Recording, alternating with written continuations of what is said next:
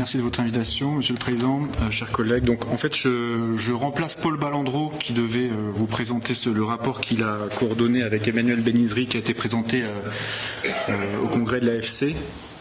Paul Balandreau, il est au Mali actuellement, donc il ne sera pas présent. Alors je vais essayer de vous faire de vous retranscrire ce qui a été dit sans trahir le propos des coordinateurs.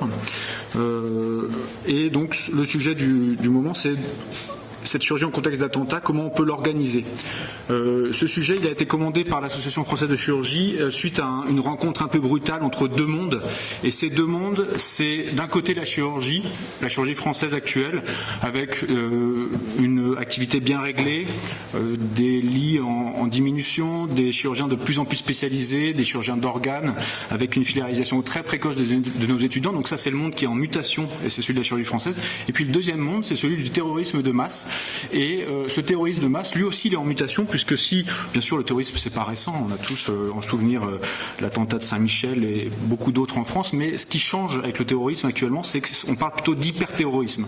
C'est-à-dire que c'est des énormes volumes de malades, de blessés, et avec des concepts qui évoluent dans le temps.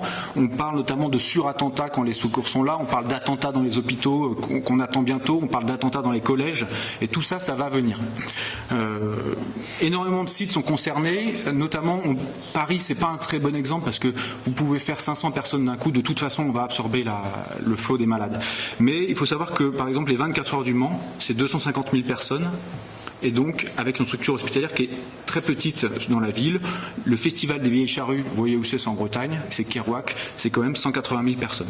Donc, la réunion de ces deux mondes, ça donne quoi en fait? Ça donne un chirurgien qui fait partie d'une chaîne qui est totalement désorganisée par le flot des malades et qui est en plus face à des blessures qui sont délabrantes, non systématisées, qui ne respectent pas les logiques d'organes et encore moins de compartiments, avec un nombre de victimes et des victimes particulières parce que ça peut être le patient qu'on connaît tous, mais ça peut être aussi un enfant, une personne très âgée, une femme enceinte, etc. Donc il n'y a pas de systématisation, il n'y a pas de règles dans ce contexte-là. Donc finalement, le sujet de ce rapport, il est un petit peu inhabituel par rapport à ce qui se fait d'habitude, c'est de vous dire, voilà, on en est là, 4 ans après, qu'est-ce qu'on a fait, où est-ce qu'on doit aller pour que ça marche. Donc finalement, il garde quand même une structure qui est quasiment identique à tous les rapports, avec une enquête et puis ensuite des recommandations faites par les auteurs et puis aussi bien sûr des mises au point sur l'état de l'art actuel. Alors sans déflorer le sujet, si on veut répondre à la question, est-ce que nous, les chirurgiens, notamment les chirurgiens viscéraux, est-ce qu'on est prêts pour le prochain attentat de masse? Alors la réponse qui est faite habituellement dans la presse est de oui, on va se débrouiller puisqu'on est quand même chirurgien, on sait à peu près comment ça marche. Mais en fait, si on prend la réponse en off et les résultats des différentes enquêtes qui ont été faites, c'est qu'on n'est pas réellement prêt. Ou alors on est prêt mais pas tous pareil, quoi. Alors pour répondre à cette question, l'enquête qui a été faite, c'était donc une enquête assez classique avec un questionnaire envoyé aux membres de l'AFC avec 45 questions sous forme de QCM qui évaluaient bien sûr le profil du répondant mais aussi son activité, l'implication dans la traumatologie, le sentiment d'aisance, parce que c'est compliqué à savoir si un chirurgien est compétent, donc on va se fier à son sentiment. Alors, il y a une analyse descriptive et ensuite l'analyse plus complète que je vais vous détailler avec certains items. Alors, le temps est contraint, donc on ne va pas tout détailler, mais une partie. Donc, sur les 2000 questionnaires envoyés, peu de répondeurs, 317 réponses. Donc, ensuite, une analyse descriptive, univariée d'abord, puis multivariée.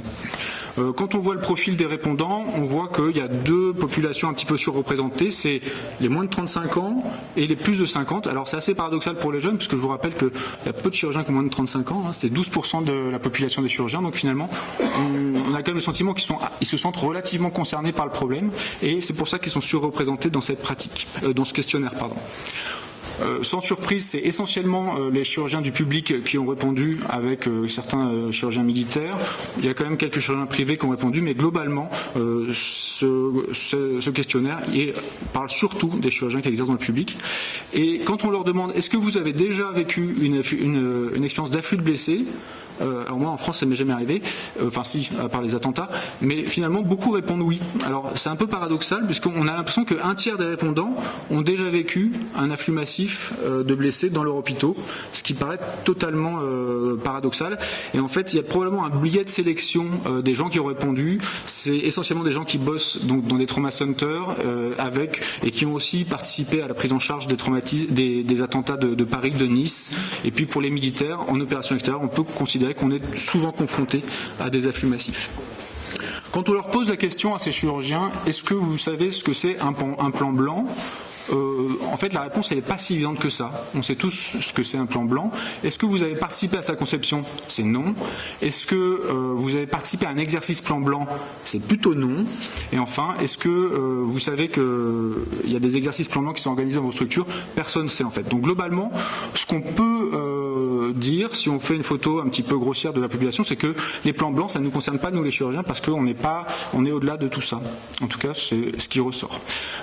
Pour autant, il y a une vraie prise de conscience que quand c'est très désorganisé, c'est quand même dommage de ne pas connaître les procédures de rappel des personnels, les procédures dégradées de passage au bloc, etc., d'identité-vigilance, etc., parce que c'est ça les problèmes des afflux massifs. C'est tout ça. Et donc, finalement, 91% de la population sont assez favorables à ce qu'on leur réexplique comment ça marche dans ces cas-là et à ce qu'on fasse des exercices. Quand on demande maintenant aux chirurgiens, est-ce que vous avez des formations en traumatologie? Eh bien, globalement, c'est non.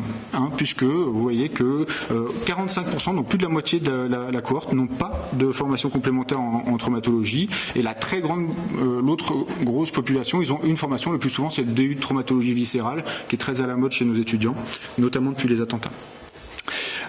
Ensuite, par contre, là encore, dans la même façon, dans la même veine, ils admettent quand même que globalement, ce serait pas mal qu'ils soient formés un minimum sur ce qu'il faut faire quand les schémas habituels sont pas respectés, quand on a une plaie qui est par exemple thoraco-abdominale avec un fracas du poumon, du diaphragme, de l'estomac, du côlon et puis de la rate. Ils ne seraient pas contre une mise au point sur la façon dont on traite ce type de malade. Ensuite, quand on s'intéresse de façon plus précise, et là c'est sûrement plus intéressant que le sentiment des chirurgiens, c'est leur activité réelle. L'activité réelle, on s'aperçoit sans surprise que c'est très faible puisque globalement 65% des chirurgiens qui ont répondu disent « j'opère moins d'un malade » de traumato par mois, et c'est complètement logique puisque de plus en plus on fait du traitement non opératoire, de plus en plus les patients sont fléchés vers les trauma centers, en tout cas dans les régions organisées, mais là encore on va y revenir. Et donc globalement, seuls 6% font plus de 5 procédures de traumatologie par mois, et ça reste quand même donc un vrai facteur limitant dans la prise en charge de ces malades. Donc ça, c'est pour les actes, on va dire, chirurgicaux dans l'aspect, dans la spécialité qui était là des chirurgiens viscéraux. Mais alors là, quand on sort de la spécialité pure, donc quand on fait des gestes hors spécialité, ce qui peut être le cas dans les traumatismes, là encore, les chiffres sont extrêmement faibles. Le ballon d'occlusion intra-aortique, le REBOA, par exemple, c'est quelque chose qui reste anecdotique dans ce qui est rapporté par les praticiens. Alors, de façon un peu plus poussée, je vais vous illustrer le propos avec 2 exemples. Quand on parle de laparotomie d'hémostase, qui est quand même le geste extrêmement banal en traumatologie abdominale, finalement on est un peu rassuré puisqu'il y a moins d'un chirurgien sur 10 qui dit « non, vraiment je ne sais pas faire. Laparotomie d'hémostase, mais je fais que la thyroïde, donc non, c'est pas mon domaine. » Ça n'existe quasiment pas. Et donc c'est plutôt rassurant. On peut voir quand même qu'il y a des facteurs prédictifs avec des autres ratios qui sont assez importants d'aisance dans ce type de geste d'hémostase. C'est bien sûr l'âge, au-delà de 35 ans, le fait d'avoir une formation complémentaire, le fait d'en faire tous les jours, puisque vous savez que le fait de faire des laparotomies d'hémostase, c'est un autre ratio à 10. Bien sûr, on est tous d'accord qu'il faut pratiquer pour être performant.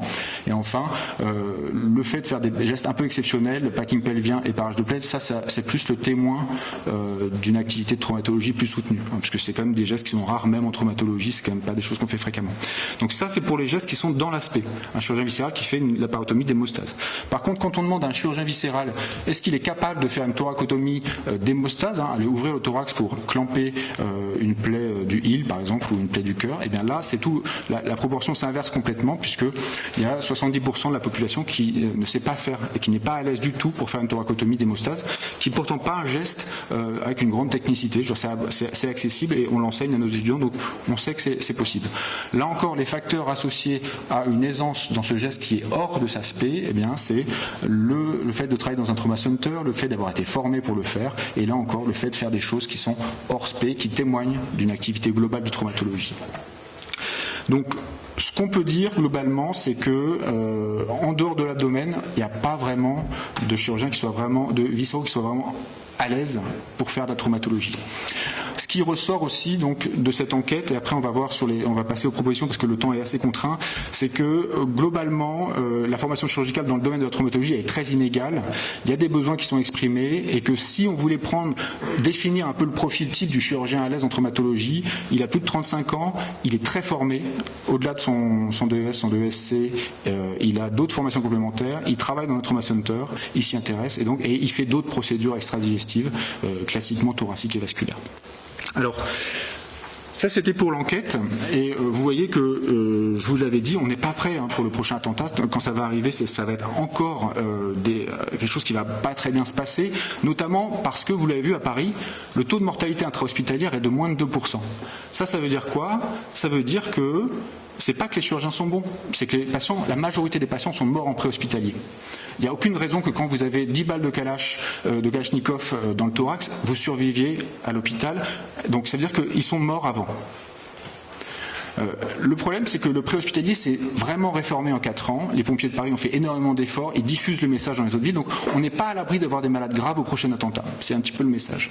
Alors qu'est-ce qu'il faut faire pour être prêt à les accueillir, ces patients? Eh bien, il faut être capable de se dire qu'il faut se former, même si on est un spécialiste d'organes, si on est très fort pour faire du pancréas ou du rectum, eh bien il faut être capable aussi de se former sur des gestes simples en traumatologie, sur les indications, etc., etc. On a 2 problèmes par rapport à cette formation. C'est bien sûr la disparition du DES de chirurgie générale. Et puis, ça a disparu avec la réforme de l'internat. On ne peut pas former des chirurgiens traumatologues. Il y a quasiment plus de pays qui forment des chirurgiens traumatologues capables de mettre à la fois une prothèse de hanche pour une fracture du col et de faire une colectomie en urgence pour une perforation colique. Donc, finalement, la solution, c'est de prendre nos étudiants, même si on leur demande de se filiariser très précocement en sus ou sous-mésocolique ou foie versus rectum, eh bien il faut qu'on puisse quand même leur proposer des formations complémentaires. Il y en a beaucoup qui sont à notre disposition, des formations qui sont françaises, avec le DU de traumatologie viscérale par exemple, l'A7, tout ça c'est proposé par l'American College of Surgeons, le DSTC, le Definitive Surgical Trauma Care. Donc il faut leur proposer et les inciter à se former en traumatologie. L'autre chose, c'est bien sûr la formation spécialisée transversale en chirurgie de guerre et de catastrophe. Donc ça, c'est un module additionnel au DES de chirurgie viscérale qui permet de se former avec 4 modules présentiels sur la traumatologie et l'organisation. C'est aussi des emplacements dédiés sur la plateforme CIDES nouvelle génération et puis des stages en plus au cours de la phase d'approfondissement dans les trauma centers de la ville où l'étudiant fait ses études. Donc ça, c'est pour la formation. Je pense que ça concerne aussi les chirurgiens seniors qui s'éloignent qui ont tendance plutôt à se focaliser sur un organe. L'autre chose qui est encore beaucoup plus important à mon sens, c'est probablement l'aspect organisationnel des soins en traumatologie. Vous savez qu'en France, il n'y a pas de réseau national de traumatologie. C'est-à-dire que si vous êtes blessé à Bourges, il n'est pas certain que vous soyez orienté directement dans le trauma center le plus proche. Il y a quelques régions qui sont organisées. La région pilote, c'est bien sûr les Alpes, avec le réseau Traîneau à Grenoble, où ils ont fait un énorme effort avec des chiffres qui sont vraiment impressionnants sur l'efficience de ce réseau de traumatologie. Et il faut qu'on arrive à se structurer pour faire la même chose. À Paris, ça commence à venir, puisque vous savez qu'il y a la traumabase qui a été créée et qu'on a structuré le réseau en Île-de-France avec l'identification de 6 trauma centers. Il faut qu'on arrive à donner une étiquette à chaque hôpital en disant, voilà, vous êtes trauma center de niveau 3, 2 et 1. 1, c'est la grosse plateforme qui peut tout accueillir, et 3, c'est les petits, on va dire, les centres moins équipés. Il y a un groupe de travail qui a été créé donc, en 2018, c'est le GIT, le groupe d'intérêt pour la traumatologie grave, qui réunit des experts de la SOFCODE, de la SFCD, de la SFAR, de la SFMU et puis des experts du service de santé des armées. Et ils ont édité un certain nombre de propositions, parmi lesquelles la nécessité donc de structurer le réseau de traumatologie, la nécessité impérieuse d'éditer des standards de recommandation et de pratiques en traumatologie, et enfin la nécessité de créer un registre national de traumatologie qui pourrait être fait sur la base de la traumabase qui est pour l'instant qui concerne 14 grands centres trauma center en France, mais il faut être capable donc d'analyser, de collecter et d'analyser nos données, même en traumatologie, comme on le fait en cancérologie, comme on le fait par exemple pour la greffe ou l'obstétrique. Enfin, il recommande de promouvoir et de financer la recherche en traumatologie et l'enseignement de la traumatologie. Donc si on doit conclure sur la présentation donc, de ce rapport commandé par l'Association française de chirurgie, on peut dire que globalement, on n'est pas prêt aujourd'hui à faire face au prochain attentat de masse, à l'hyper-attentat. On se heurte à des choses. On est quand même dans un milieu qui est contraint, puisque la tendance actuelle va totalement à l'opposé de ce qu'il faudrait faire pour être capable de prendre en charge ces patients-là, et qu'il y a encore du travail à faire, autant organisationnel qu'en matière de formation de nos futurs chirurgiens. Merci de votre attention.